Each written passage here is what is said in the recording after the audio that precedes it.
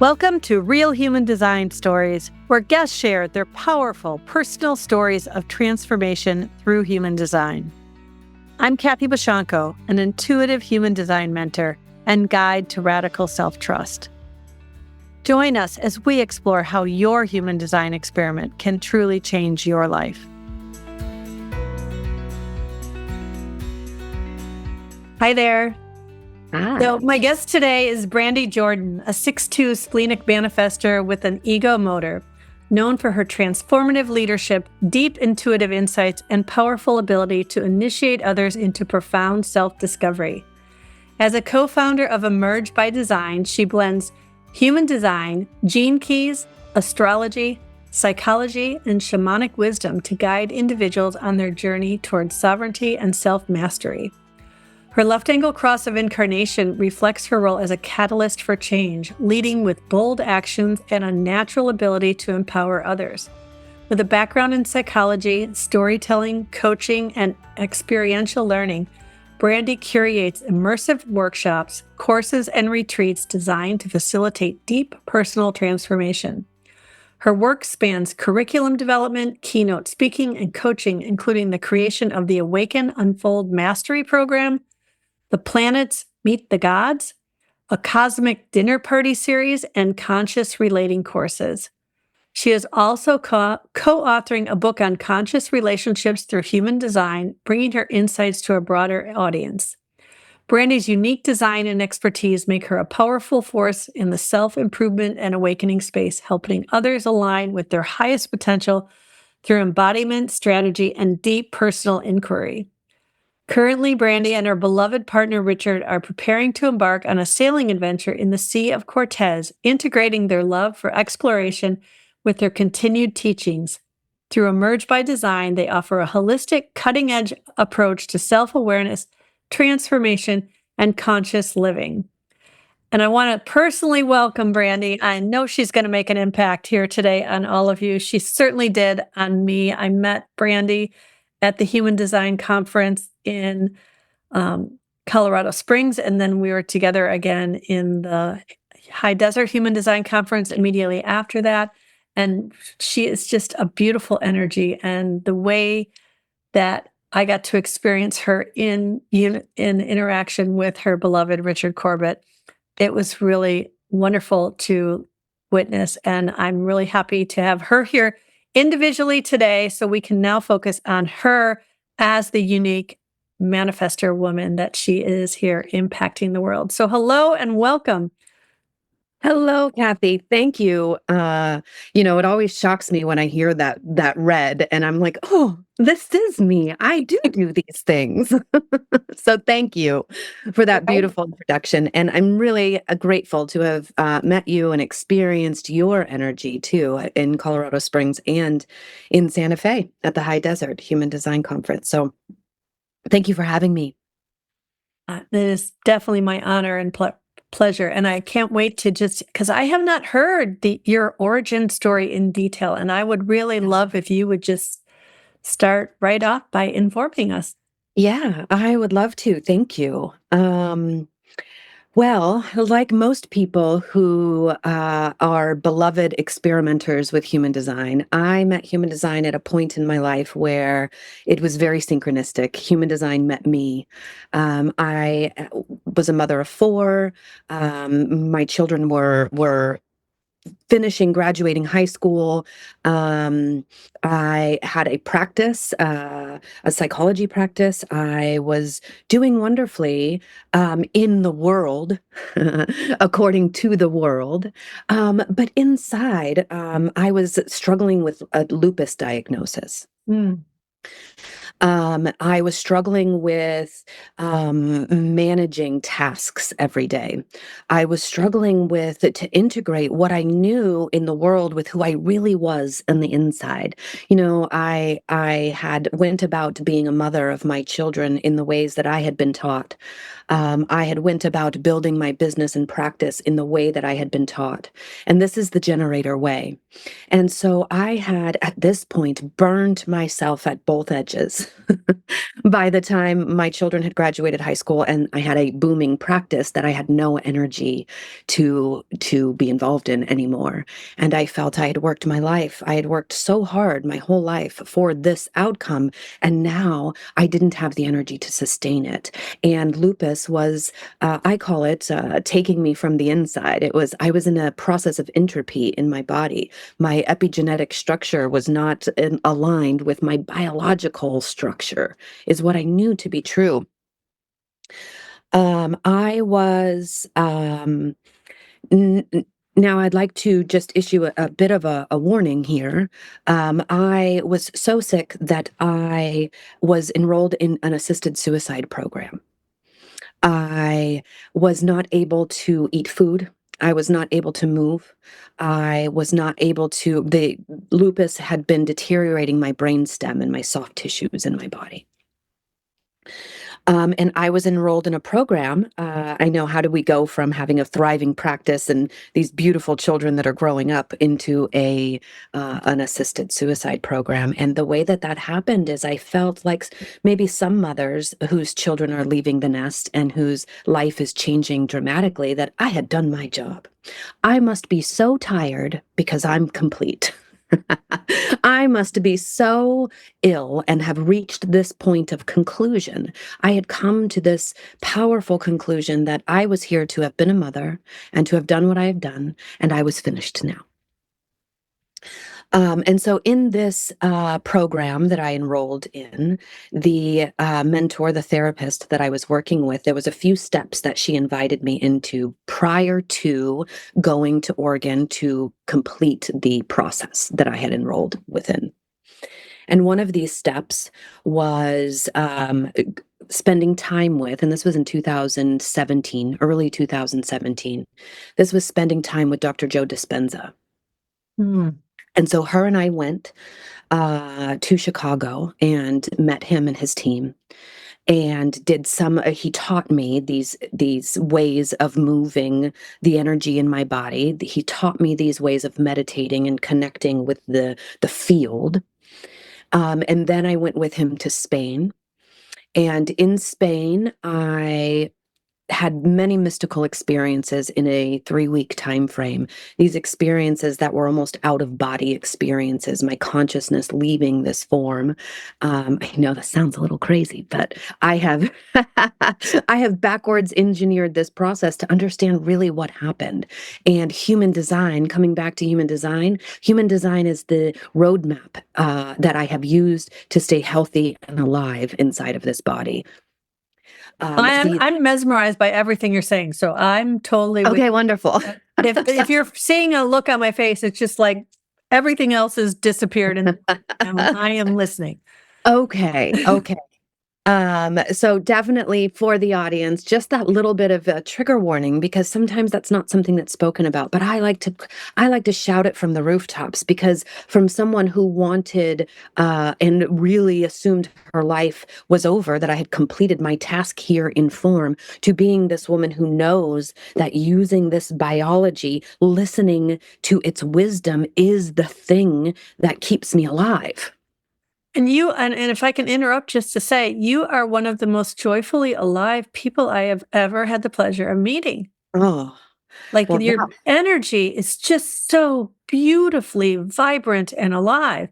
Like, for you to say this, like, I cannot tell you what I'm even feeling right now, because it's just so, I had no idea of any that. I knew you'd had lupus, but I did not know that you were at that point, and that you, like, being a mom who has a child who's 25 now. I mean, I understand how many people around me with similar situations are like, okay, what do I do now? What, and so this all, I just have chills. So just please continue.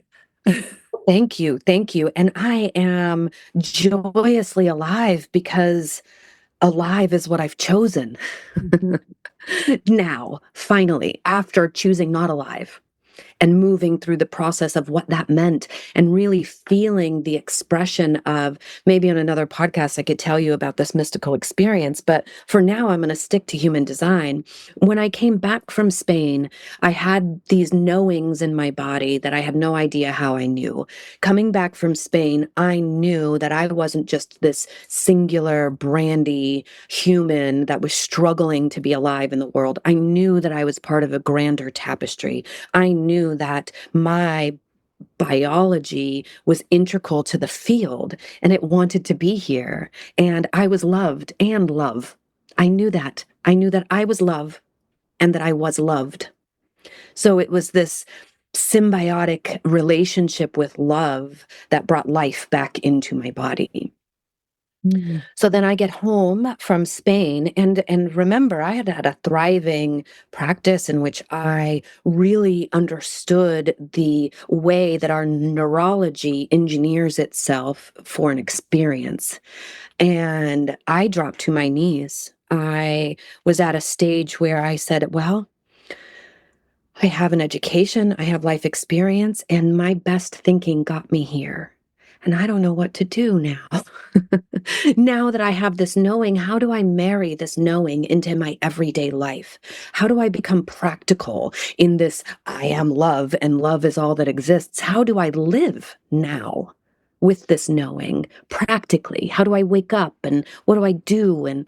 And so this is that moment where I just said, please, I need something. I need to know how to live this life, because all of the education that I had received up until now did not give me a clue. And this is when, just as mystically as it happens for a lot of people, someone came into my Facebook Messenger. His name was Jason. I had never met him before in my life. He had saw some posts that I had made somewhere and asked me if I had heard of human design. And I said no. And he initiated me. He gave me my design and gave me an audio reading that I listened to. I still listen to it over and over and over again. And like you, I know that you were a bit of a skeptic after a little while, and you had to really experiment with it, really get into the day-to-day activity of following your wisdom, of getting in touch with your wisdom, and then listening to it, and then seeing what happens when you don't, and seeing what happens when you do. You've had this experience, and I didn't start out that way. I started out very angry that of course, I'm a manifestor. So, Right? well, I was angry that I had lived this entire life and there was something out there that could not just heal and help me heal me and help me heal, but there was so many other people that are so lost and confused. And there was this knowledge, this wisdom, this thing that seemed so obvious now that I looked at it, this wisdom that combined ancient technologies, I call them, with current sciences. And this coming together was absolutely made perfect sense. And I felt very angry that it had not been seen by anybody else. I felt very angry that it wasn't mainstream. I felt very angry that my fellow people who do suffer with autoimmune disorders hadn't been introduced to any of this, but they were figuring out what food to eat and how to sleep right and how many spoons to count. And I just thought it was so ridiculous that there was this way, this experiment that no one else knew about. And so I went to try to prove it wrong. Can I ask, what year was this? Because human design is still not mainstream, but it's definitely more known in the last few years. But what year was this when you? This was in 2017. Okay. Mm-hmm. So really fairly recently too. Right, sure. In the grand scheme of things, fairly recently. I've just finished my first 7-year cycle understanding this information. Mm-hmm. And when I say 7-year cycle, I mean the renewal cycle of the cells in my body. We know scientifically that our cells renew themselves, the very last one, every 7 years and within that time frame. And so I've just been through this renewal process. And why that's important to me is because the water that lives in my cells for those 7 years vibrate with a previous truth. The truth that I am holding now, the truth that my body's wisdom knows the way, has just now fully integrated into my body. So I know I've got a long way to come. Yeah. Yeah. Well, and then I also would think, because I'm sure that for most of us, we don't instantly integrate everything that 7 years ago. So some of the stuff was not integrated for years, right? So there's still like an evolution that keeps coming in the Yes. process, right? Yeah. And I call it the spiral of everything, but the Right. spiral of everything will keep me in this becoming and integrating the wisdom deeper and deeper into my body. I kind of lost where I was, but really how human design met me is through this illness and through working with the energy of the field and how my body connects with it. And then again, with being introduced in 2017 after this mystical experience, when I was at the just bottom of my unknowing. I don't know how to do this. I surrender. Please help. And this is when I got initiated into human design. And again, I tried to prove it wrong. I said, well, I'm going to follow my intuition and I'm going to show you how that doesn't work. Right. Right. I call it, I fucked around and I found out. um, So I started following this wisdom of my body. Well, first I had to get in touch with it. First, I had to allow it to exist because I had been working from my brain for so long that my brain was running the show. And this little inner wisdom, these little whispers of, hey, this direction, I had not listened to for so long that it's like she inside was just like, oh, she's not going to hear me. So I'm just going to whisper a little bit and not say it. So I really had to get in touch with the body. I really had to fall in love with her. I really had to look at my skin and my freckles and my eyebrows and tell them I won't wake up every morning and tell my toes I loved them and my shins I loved them and my knees and the back of my knees and my thighs and my hips and my belly. And I would work my way all the way up my body. And I really, really had to connect back with her. We live our lives from the neck up, most of us, dragging this meat suit around with us. And so the first step for me was falling back in love with, so that she would talk to me, this body. And so I started in that process. And then I moved through the fear when she said, do this. And my mind said, don't you do that, girl. And I had to sit and address every maladaptive program that my neurology still ran that said that I am not good enough to follow this body, that I don't know enough to not listen to what other people tell me, that all of these programs that I had run, these messages that I had received from the world around me and my parent, my family of origin, that says, don't trust you, trust me. So there was a lot of that process that I had to move through and still move through, if I'm honest, still every day move through. And so I started following this wisdom of my body. My youngest son left the house. I packed a backpack. I bought an RV and I walked out of my home and I sold it with the pictures of my children on the wall and the silverware in the drawer, the food in the refrigerator. Wow. This is what I knew. I'm like, okay, well, I'm going to follow this truth. I'm going to follow this truth. And I walked out with a backpack full of clothes and sold everything in the house exactly as it was. Children's pictures on the walls and everything. And I spent the next 2 years in my RV, listening to my body, getting to a stop sign and saying, am I left, am I right? And turning. Am I left, am I right? And turning. Am I left, am I right? And turning. And just following this body into wherever it sent me. And I went on quite a journey throughout the Southwest, a big circle, a couple of times. I ended up in the deserts of Nevada. really falling in love with who I was by myself in my own aura. I have open motors. And so I felt like my body was on this hunt to show me the beauty of the world around me, and then to put me in this private space to where I had to feel her. There was no one around me. I had my dogs. And again, in the deserts of Nevada, just by myself. Where was the house you sold? In Las Vegas, Nevada. Okay, so that was the area. Okay. Yes, I had made my way through Utah up into Wyoming, into Montana, around to Washington, down in California, and I'm just orbiting here. And I'm like, what is even going on? But this is what we did. And I orbited, and then I found myself there in this healing state with the earth. In the deserts of Nevada, like I said, by myself with my rig, very self-sustained, gathering my water and my food and really living in my own authority with my own. I gathered my resources for myself. I put my water in my tanks. I went, it was a practice in individuation, in pure self-sustainment.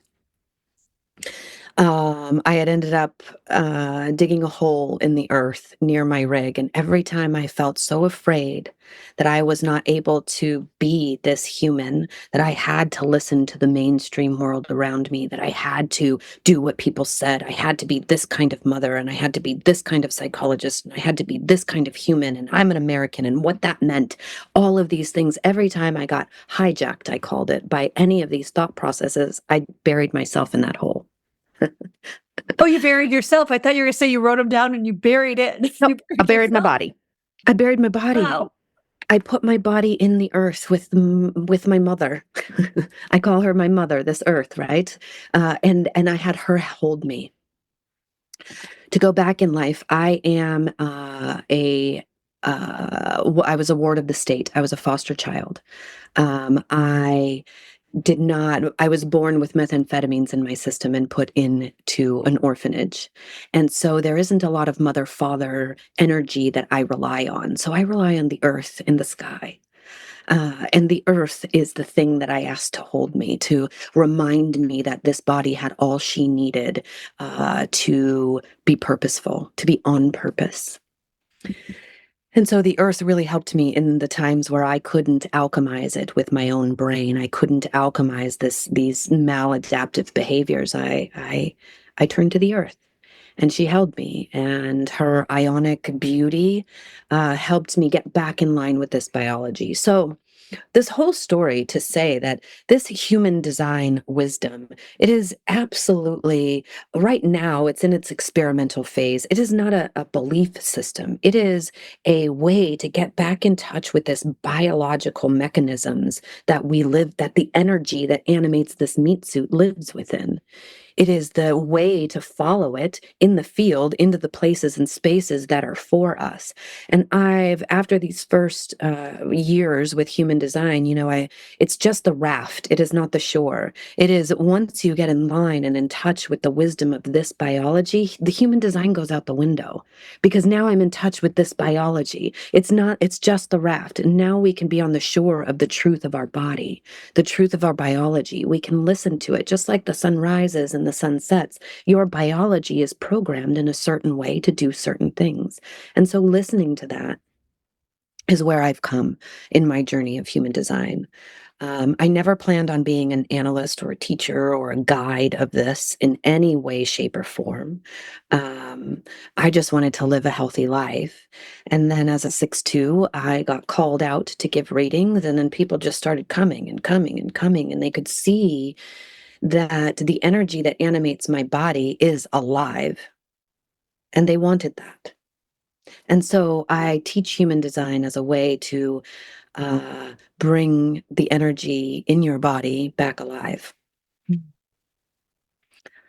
Wow, I just had to tell my mind, just listen. You can go back and listen to this again later and have the thoughts that I was already wanting to sit and process so much of what you're saying, and have my own little conversations with myself about deep wisdom in what you were saying that I had to like do this little thing of like, you can listen to this later when you can pause it, but pay, because Beautiful. that's like a tendency that I know of myself with my design, that I can be like all of a sudden squirrel off onto something you're saying, because it's just, there's just so much in here. I'm just sitting here going, holy cow, how many people are going to be just hitting pause to stop and think about, wow, before they can even go on with what the beauty of what you're saying is just really, it's, you're here to make that impact. And it's profound. And I'm feeling this,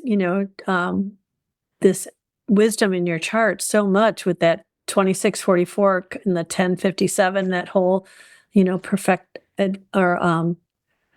perfected form energy, right? Of loving your body like this. So yeah. Anyway, I would love, go ahead. Oh, I was going to say it's so important, and I hope that your listeners can follow. And I don't want to get too jarbled up in it, but as a 2644, as someone who has the ego power to intuitively share a message in a way that impacts your direction and your behavior. And to understand the planets that live there, it has been super important to me. I have Pluto as part of my authority channel. So this is death and rebirth. This is, I am here to find perfected form through dying and being reborn in these stories, and through helping you. When I say dying and being reborn, it doesn't have to be so dramatic, but allowing a different perspective for your old truth to die and a new one to guide you into the proper direction of self. Yeah, I have that 2644 energy also. Mine operates as a split though. I have the 57, but it doesn't get to, it just sits there, right? It doesn't just sit there, but you know what I It mean? doesn't. It It's connects to powerful. another, it's really powerful. Especially in relationship, because as a triple split, I know that's where all of my gifts come together.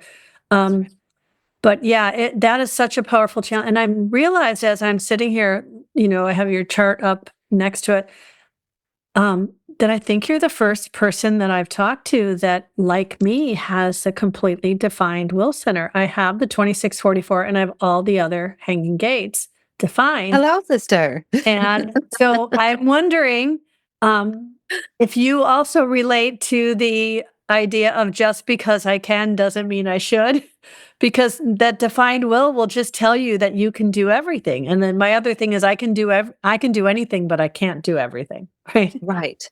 And I can do anything, but it Right. definitely doesn't mean I should. It Right. definitely doesn't mean that that's my proper movement. And it definitely doesn't integrate me with the world around me.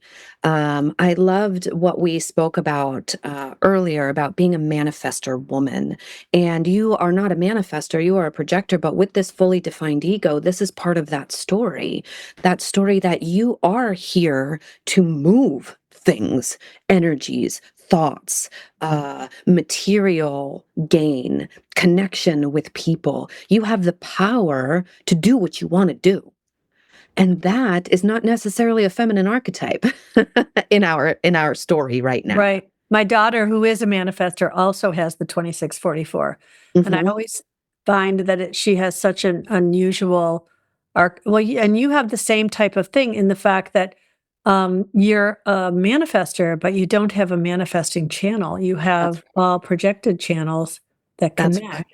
That's And right. so I wonder if you would mind, personally being selfish here, would you mind speaking to how you see that differing from a traditional manifestor energy where the motor goes straight to the throat? Absolutely, I can. I want to finish the thought Oh, about sure. the ego motor real fast, and then I'll move to that. My ego motor, I have gate 40 defined, gate 51 twice, gate 26 twice, and gate 21, all conscious. My ego to spleen connection is my only conscious channel. I have never not gotten what I wanted. Right? And I have desire, motivation, and I'm a manifester. So there is this energy that is the most divine feminine. And so I want to say that, and then I'll move on to being a projected manifester, if you will. Please don't coin me in saying that. That is not an official term. Right. But I think it is the most divine feminine. The power that I have to move things forward is informed by the flow. And so it is not informed by masculine yang creativity. It is informed by the void. The void, the darkness, the unknowing. And maybe you can relate to these moments with your fully defined ego where you have been a proponent or a advocate or an ego being for your femininity. And I think that this is a powerful distinction that a woman with a fully defined ego can make. And when I say woman, I know that I have masculine and feminine inside of this feminine gendered body. I know that both exist very clearly. But because I have a feminine gendered body, this masculine ego power serves her. And so I think that makes ego power in this feminine body for you and for all of us who have this a really powerful and useful tool right now, with the feminine archetype being something that is blossoming in the world around us. We are here to bring it first, to push the edges of what it means to be a powerful feminine being. Yeah. I feel very strongly about that. Yeah. And yeah, that feels really good to me. Hey, just popping in for a quick sec. I know we're deep in conversation, but if you're feeling called to dive deeper into your human design experiment, I'm here to guide you. Whether it's a personalized reading or one-on-one mentorship, let's explore the next steps towards radical self-trust together. Visit kathybashanko.com to learn more. All right, back to the conversation. There's so much more to explore. Good. Yeah. And it feels good to other people, to masculine men who are looking to find flow.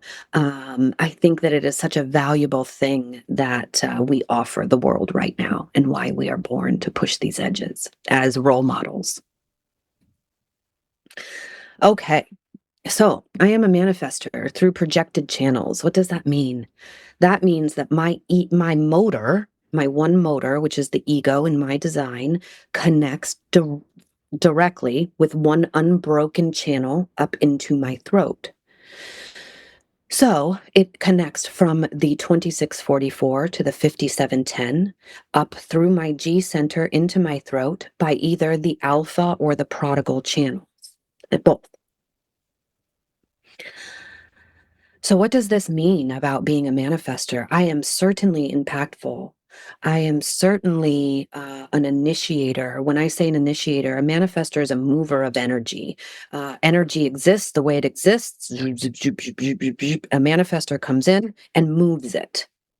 That's the initiation. Moves that energy, either breaks it up, changes direction, brings a new energy into it, but changes the energy that already exists in some kind of way. And that is the nature of my aura, the nature of my electromagnetic field that exists around me. I just walk into a space and I bring an energy change. That is the manifestor portion. And that happens whether or not we have a manifestor channel or we are manifestors through projected channels. That aura is the same. The difference that I experience being someone who has a projected chart is that in order to lead or impact you, there gets to be an invitation. But I inform of what I have. I inform, hey, I got something to share, or, hey, I see something, there's something alive in me. And then you invite me into that. And then I can impact you, or I do have you have the receptivity to hear my impact. Because that's what it's really about, these projected channels. It is that recognition and invitation means that the person who has recognized and invited me has a receptor to receive what I have to give. Whereas a manifested channel manifestor is giving it whether or not there is a receptor, whether or not there is an invitation. I am here to guide and lead through these channels 731 and 1333. I am here to, if we play it backwards from the throat down to the G, to guide into perfected form using my ego power. But that requires an invitation. So I can impact you, and I will impact you by you watching me.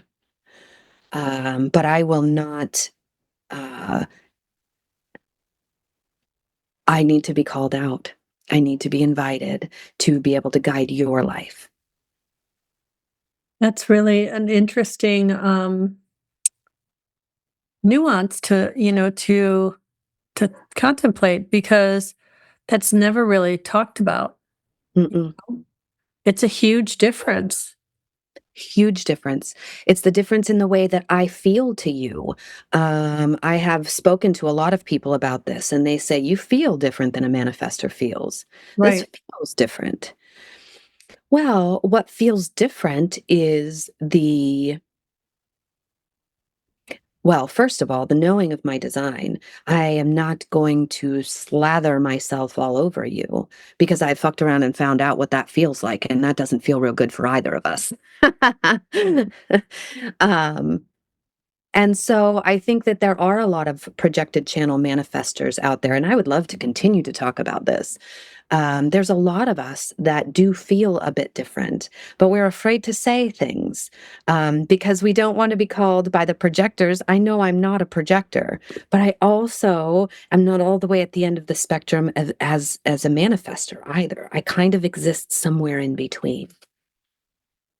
Yeah. So, as I mentioned, my daughter is a 2/4 splenic manifestor. And Mhm. I can remember early on, even when I got a reading for her before I knew enough to look at things or whatever, her being told that she needs to initiate, especially with men, that her relationships are going to be best when they come from her network, because she's a fourth line, Mhm. and she needs to initiate.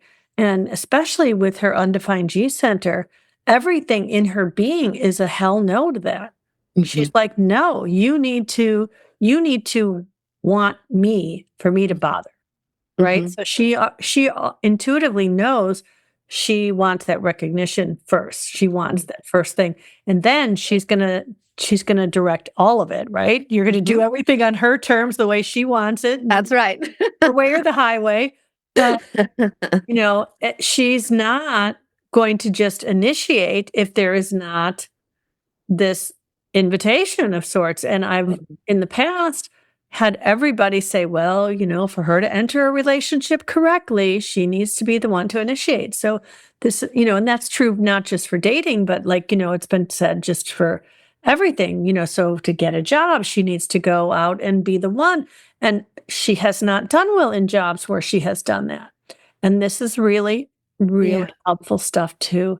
It's so important with human design, as much as we can learn things from the books, until you really talk to people who have done their own experiment and lived, walked that walk. You really it's hard to understand it. And And it's so different for everybody. We can say she needs to initiate, right, or we could say, baby, fuck around and find out. right. Initiate and see how that feels. Don't initiate and see what's right for you. So play around. There are spaces and places where my initiation is appropriate. There are places and spaces where I wait for the invitation. That is up to my body's wisdom to tell me the truth of that moment or not. And I could never collapse the wave function of this is the way it's always going to be. Yeah. No one could do that. No one. And so the people, well-meaning people, I do believe that everybody who teaches is well-meaning. But the well-meaning people who do teach from the book, you need to, are doing a disservice, because you don't need to do anything. It's just another dogmatic system that somebody's telling you what to do. No, take this information as a flavor, as a color, and say, well, what feels right? And so when she is initiating, and we allow the full spectrum of experience to happen, and we say whatever you feel is fine, and we say, okay, baby, go initiate that relationship with that man. And she does it, and she comes back, and then we debrief, and she says, well, oh, that thing that I've always been, I want to be swept off my feet. I want a Disney princess. I want to. Now we can start to see her conditioning, but only because we let her experience the fullness of initiating. What came up for you when you initiated? Oh, well, what came up for me was that I was too masculine. These are some of the things that came up for me. I'm too masculine. I'm supposed to be seen and not heard. I heard that a lot. I didn't think that was what my programs were running on, but really, when I got down to the sensitivity in my heart, when I first started initiating relationships, that was something that came, especially with men. That men want someone less forward. That all of these programs that came into my mind, but once I realized that the invitation was more of a dance. It is more of a, I can feel you, and my splenic intuition moves. So here's something I want to share. My splenic intuition and all of our authorities are waiting. We're all waiting. It's almost all in response to the world around us. My splenic intuition doesn't give me a harebrained idea and then fuel the outcome of that idea. That's not the way it works for me. It may work that way for someone else, but for my splenic intuition and my open motors and the way my design works, my ability to recognize patterns, my desire motivation, my 10-1 modesty, all of those things together mean my intuition is really responding to the frequency of the field. Even though I'm a manifester. Burn me at the stake. Right? And you're not even a fifth line. I'm not even a fifth line, but I have fifth line nodes, so I feel this a lot in this area. Okay.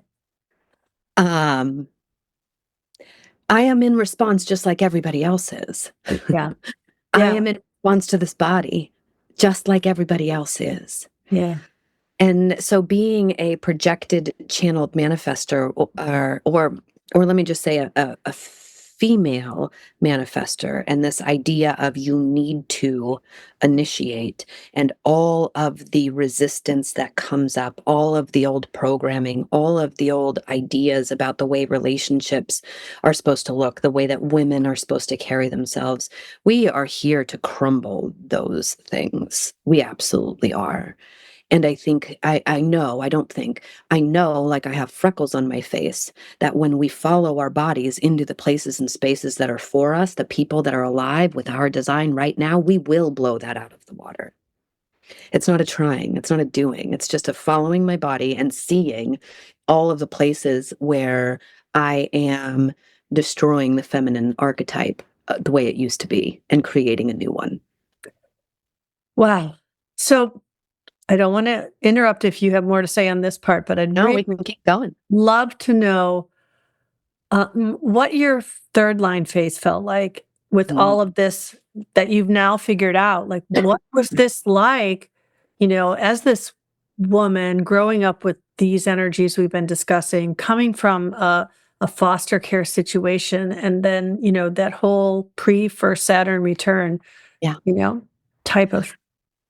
Wow, it was wild. And again, I'm on the roof still in the last 7 years before I come off the roof, as they say. But my first 30 years was spent in hitting the wall and crumbling, and hitting the wall and crumbling, and hitting the wall and sometimes breaking through the wall. My first 30 years was spent in a lot of rejection. A lot of, I know that I'm here to do something, and then being rejected. I have 4 sisters, and they're all generators. And so I was always the different one. I was always told, "Oh, Brandy's a little different. Brandy's a little different." um, I I had a child at 14, my first child, bumping into things that didn't work, right? Mm. I was the first one to graduate high school in 3 generations of my family and go to college and graduate college. There was just a lot of firsts, a lot of me saying, fuck you, I won't do it that way. Pardon my mouth. I mean, I love French. You're okay here. Okay. This is an open mic zone. Okay, good. Um, it was filled with being a square peg in a round hole, knowing, oh, this is something that my practice is built on now, is saying what is past the butter.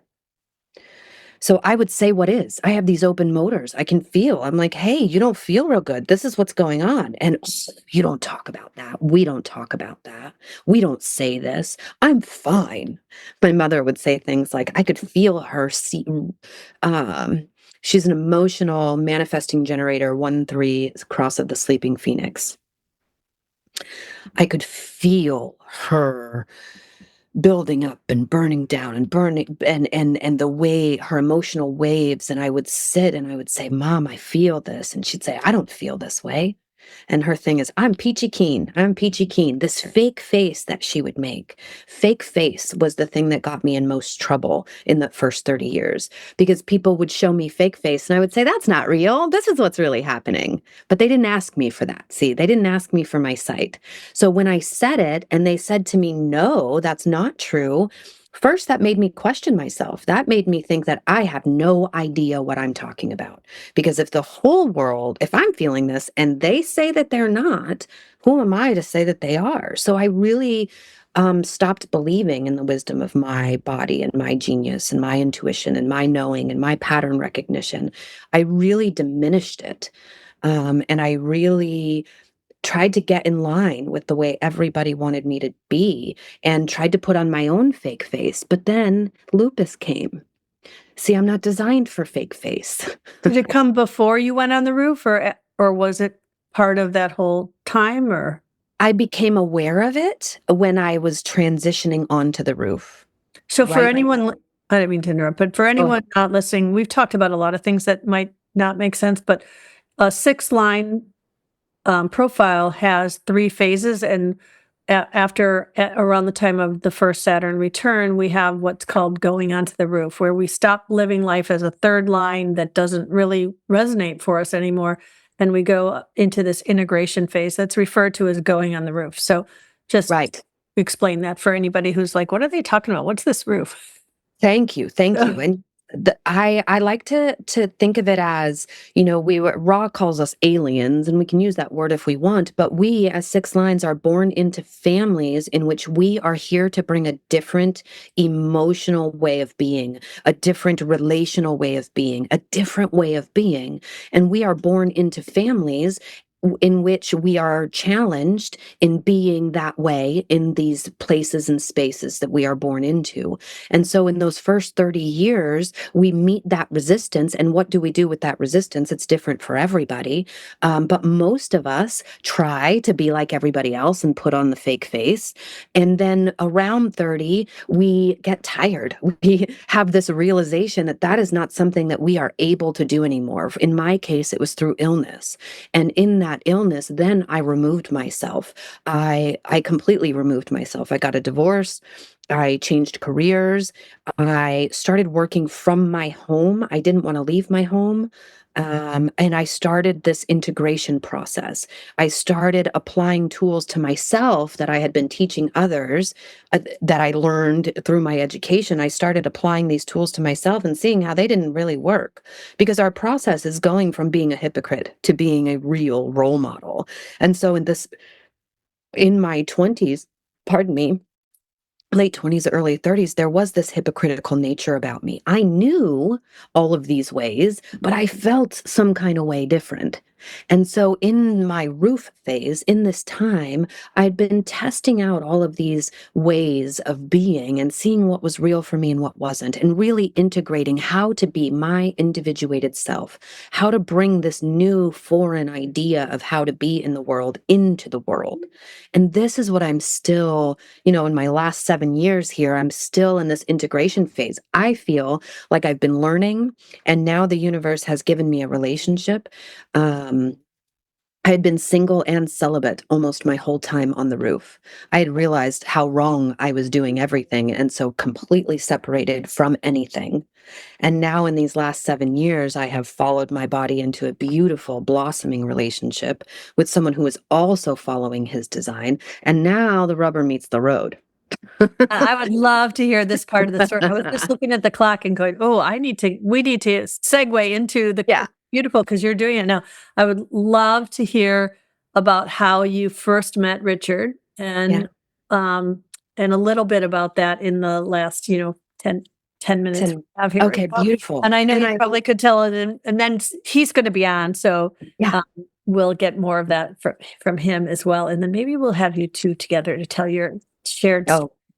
So We would love it because he is also a 6'2", but he is off the roof now. He is in his 3rd or 4th year off the roof. So, and this segues brings back all the way around this female initiation, because I met, again, single and celibate and not interested in any of that. And then all of the sudden, Richard and I met at a human design conference in 2022 in Santa Fe. oh, at the high desert? Yes. That's so beautiful. Yes. Okay. At the winter respite part of it. It was in Denver, but and Kathy, this is where I fully felt that initiation. Now, in my relating before, I had been, somebody gives me a look and then I go over this kind of thing, and that was the way that it drove my sisters insane. They're like, you don't have to go up to them. They'll come up to you. But I knew that I as long as I was responding to something, right? They gave me the look, or I felt the thing, or whatever came inside of me. And again, I know it's heretical to say a manifestor responded, but let me tell you, we do. Right. At this point with Richard, I'd followed my body into 10,000 waves. We were sitting in a hot tub. We were watching Mars conjunct the moon. And I looked over and I felt in my whole body, oh God, I think he's something for me. That's it. I think he's something for me. Mm-hmm. And so then I kind of, I stood next to him a little bit longer than I would have stood next to anyone else. Right. Thing. And then, so he is a manifesting generator, and this is how unique our stories are. He's a manifesting generator with a manifestor channel. He's got the 3536. He has this manifesting energy to initiate new emotional experiences. So I did initiate my energy being around him and feeling his energy, and he responded by initiating the relationship. And then he responded by moving away from the relationship. So in 2022, we came close. And then in 2023, we went away. And then I knew in my body that this was the one. And so I called him up and I said, no, we're not finished here yet. And in 2023, then he responded again.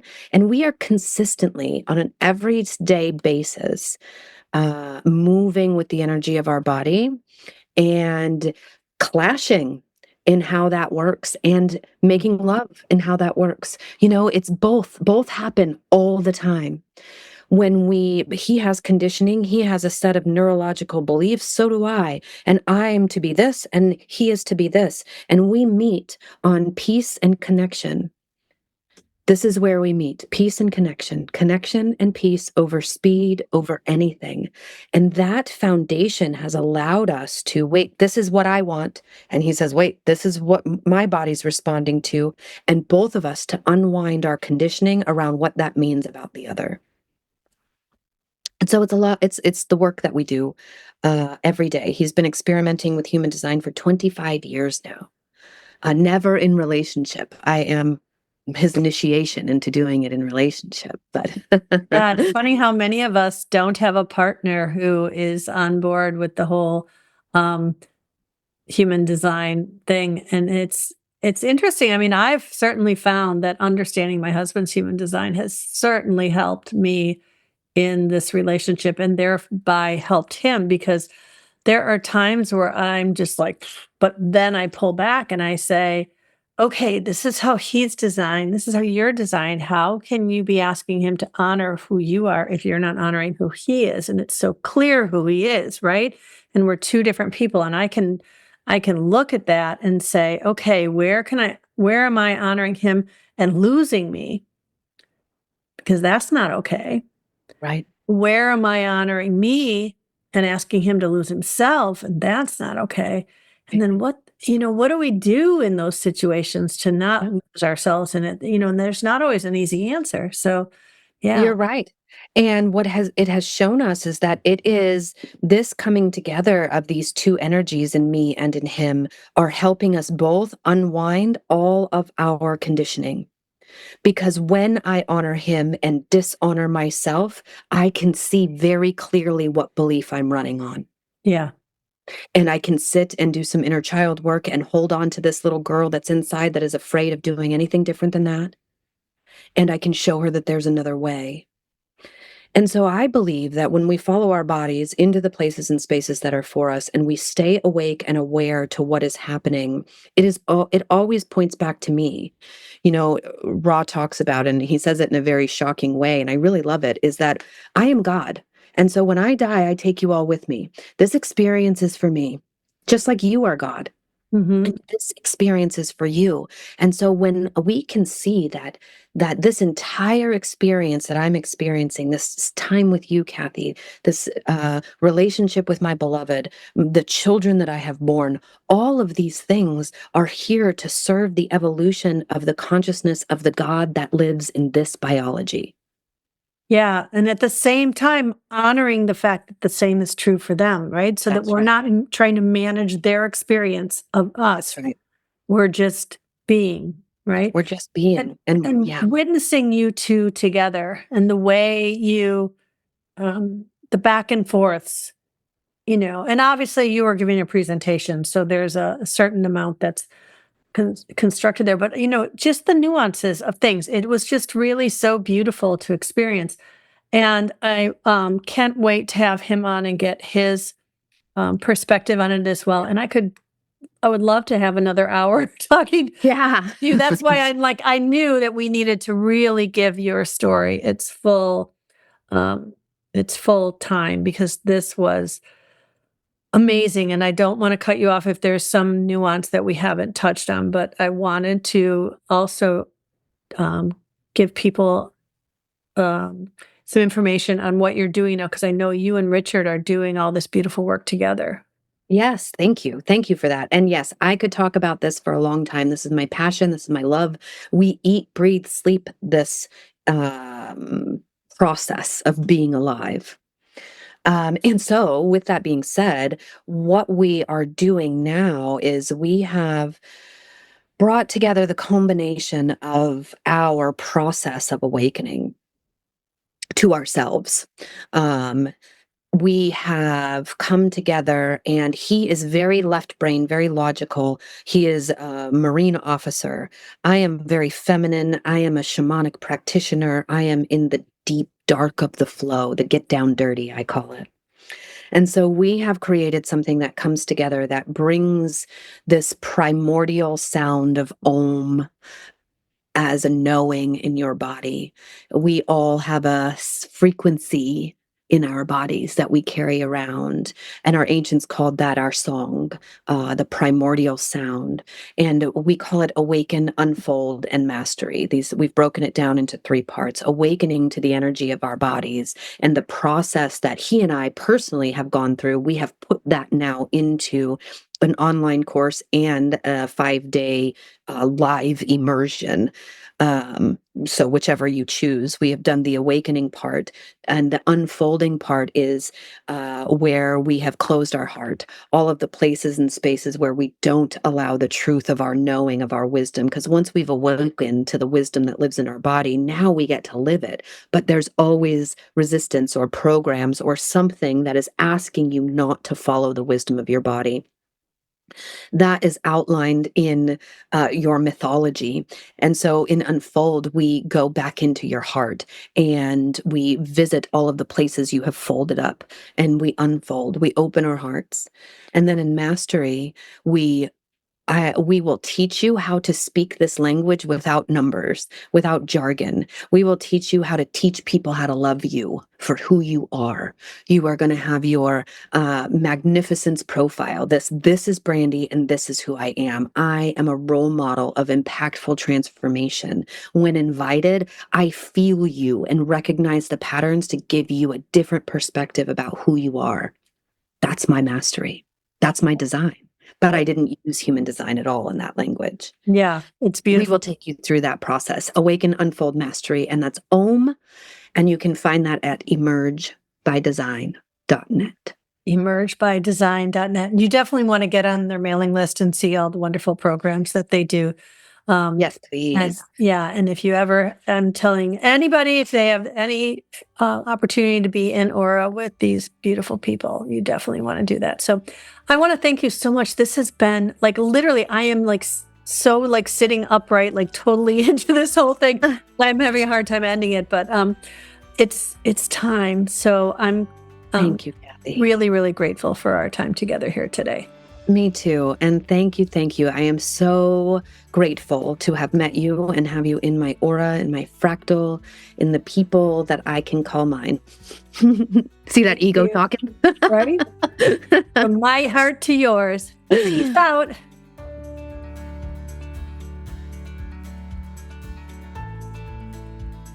Thanks for joining me for this episode of Real Human Design Stories. I hope these stories help you see how human design can reframe not only your own story, but also the stories you tell yourself about your relationships. If you're ready to tell a more empowered story about who you came here to be, I invite you to explore ways to work with me directly at kathybashanko.com. Supporting this podcast is easy. Subscribe on Apple Podcasts, Spotify, YouTube, or wherever you listen. If you enjoyed this episode, please leave a 5-star rating, like, comment, and share with your friends. This helps the podcast grow the most. You can also become a contributing sponsor for as little as 99 cents a month. Details are available at realhumandesignstories.com. Thanks again for being here. Real Human Design Stories is created and hosted by me, Kathy Bashanko, and produced by Number 3 Productions. Peace out, everybody.